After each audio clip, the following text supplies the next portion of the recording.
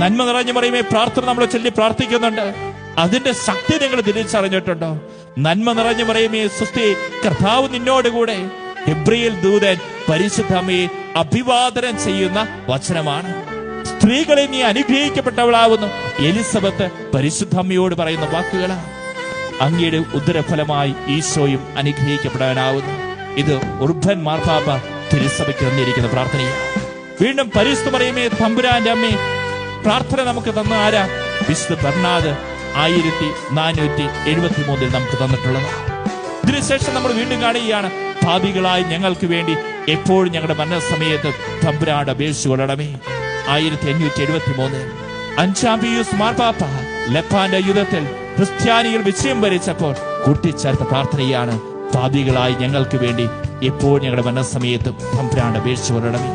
ഈ പ്രാർത്ഥന ചൊല്ലി പ്രാർത്ഥിച്ചോ, അഭിഷേകം നിറയും.